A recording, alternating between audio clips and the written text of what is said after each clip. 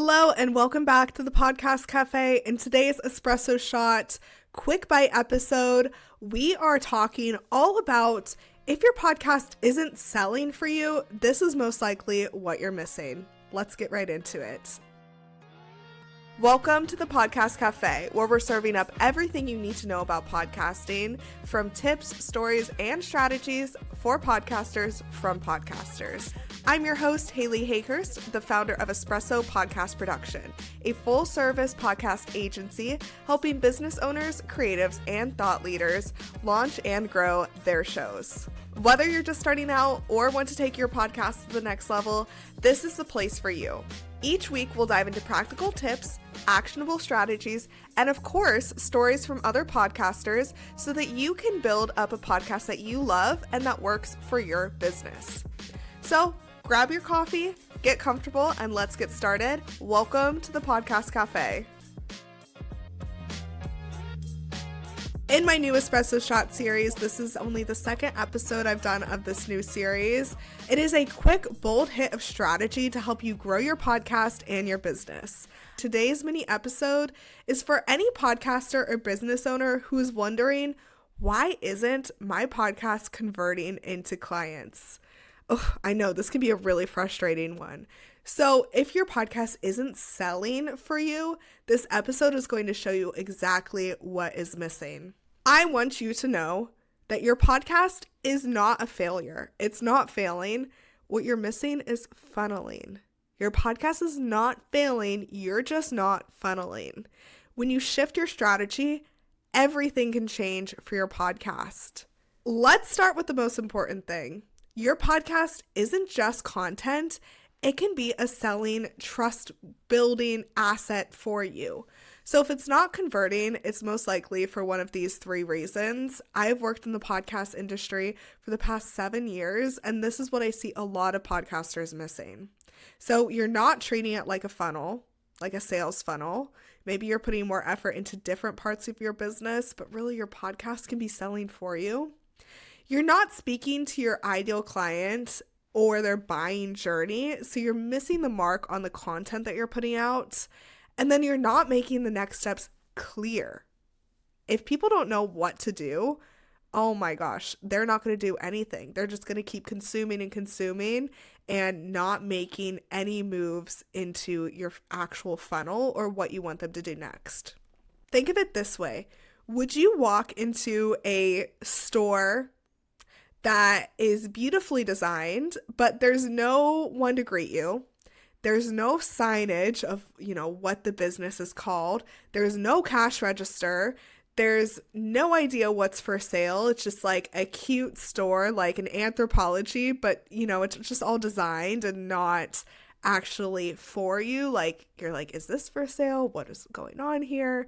You probably wouldn't buy anything. You probably wouldn't even go in, to be honest. But that's what a lot of podcasters are doing. They're building these beautiful podcasts with beautiful branding, beautiful SEO, but there's zero direction for what happens next. You're missing the mark on the actual sales portion and inviting people into your brand. So let's break it down what you actually need your podcast to do to be able to convert for you. Number one is have a clear offer and a path to purchase. So cool, you're talking about social media on your podcast because you're a social media manager. Do your clients know that? Do they know that you're not just a social media expert? Do they know that you actually sell something? Do they know that they can work with you? And beyond that, do they know what to do? Are you telling them about your calls to action, your freebies, your offers? And do you just clearly lay it out for them? Talk about your offers like you believe in it, not just in your outro, but naturally within your episodes. Share client results, share case studies, share your way of working with people throughout your episode, because then people will know, okay, this is a clear offer that they have. Maybe I should look into this more. Number two is intentional episode strategy. So are you solving the problem of your audience that they are facing right now? Whenever I work with new podcasters or established podcasters who are looking to grow their brand, I always ask them, what is your audience caring about right now in the season that they're in? So I have a client who's in the bridal space for bridal seamstresses. And do you think in the middle of their busiest season, they want to hear about tips for cleaning their office to make sure it's sparkling and nice? No, they care about that in their off season. They want to set up their off season, set them up for success for their busy season. In their busy season, they're going to want to hear about tips for managing stress or how to not burn yourself out, or just fun stories that other seamstresses are going through. That's what they're caring about. So are you talking about the topics that your audience wants to hear in the moment that they are in it? If you're a business coach, if you're talking about hustle, hustle, hustle in the month of December, you're missing the mark. Most people I know in business want to slow down during that part of year. They want to spend it with their family. They don't want to be in this hustle mindset. Whereas in the summer or spring, they do. Okay, think about what your audience cares about as at that moment. Another way that you can intentionally structure your episodes is using the episodes to overcome objections before they even get on the sales call. So I offer podcast strategy sessions. During my episodes, I can always talk about, my strategy sessions will make sure that every podcast episode is aligned to your business goals instead of just putting out episodes that no one cares about. And if you are wondering, okay, how do you know? How do you know that every episode is going to make sure that it's moving in the right direction? Well, I've been doing this for the last 7 years. I've worked with lots of different industries, all in the business space. I always look at what you have to sell before giving you any advice or strategy. And I look at the data as well as competitive research. So there's lots that I look into before telling you, yeah, you need to do this, this, and this. No, it's always strategy backed. So use your episodes to overcome objections that you get all the time in your business, because if they can hear it when they're not on the call, that already answers their question. And speaking of intentionality, before we move on to the next section, are your episodes titled with intention? Are they searchable? Are they clickable? Do people actually want to listen? Making sure that, we talked about making sure that it's the topic that they want to hear, but is the title doing that episode justice? So if you're only creating content for the fun of it, or you're just putting out episodes because you think that's what your audience wants, you're missing a big chance to lead people to trust you and then eventually buy from you. And the third thing that I see a lot of podcasters miss the mark on is their strong calls to action. Are you guiding your listeners, or are you just saying, leave a review? Come back next week. Great podcasts give listeners something to do. Try stuff like DM me this word for the resources I talked about today, or DM me this word if you want to learn more about what it would look like to work together. Or this one works well. Download my checklist to make sure that XYZ. Fill out my quiz. Find your XYZ by doing this quiz. Or book a strategy session and make sure that your podcast is converting.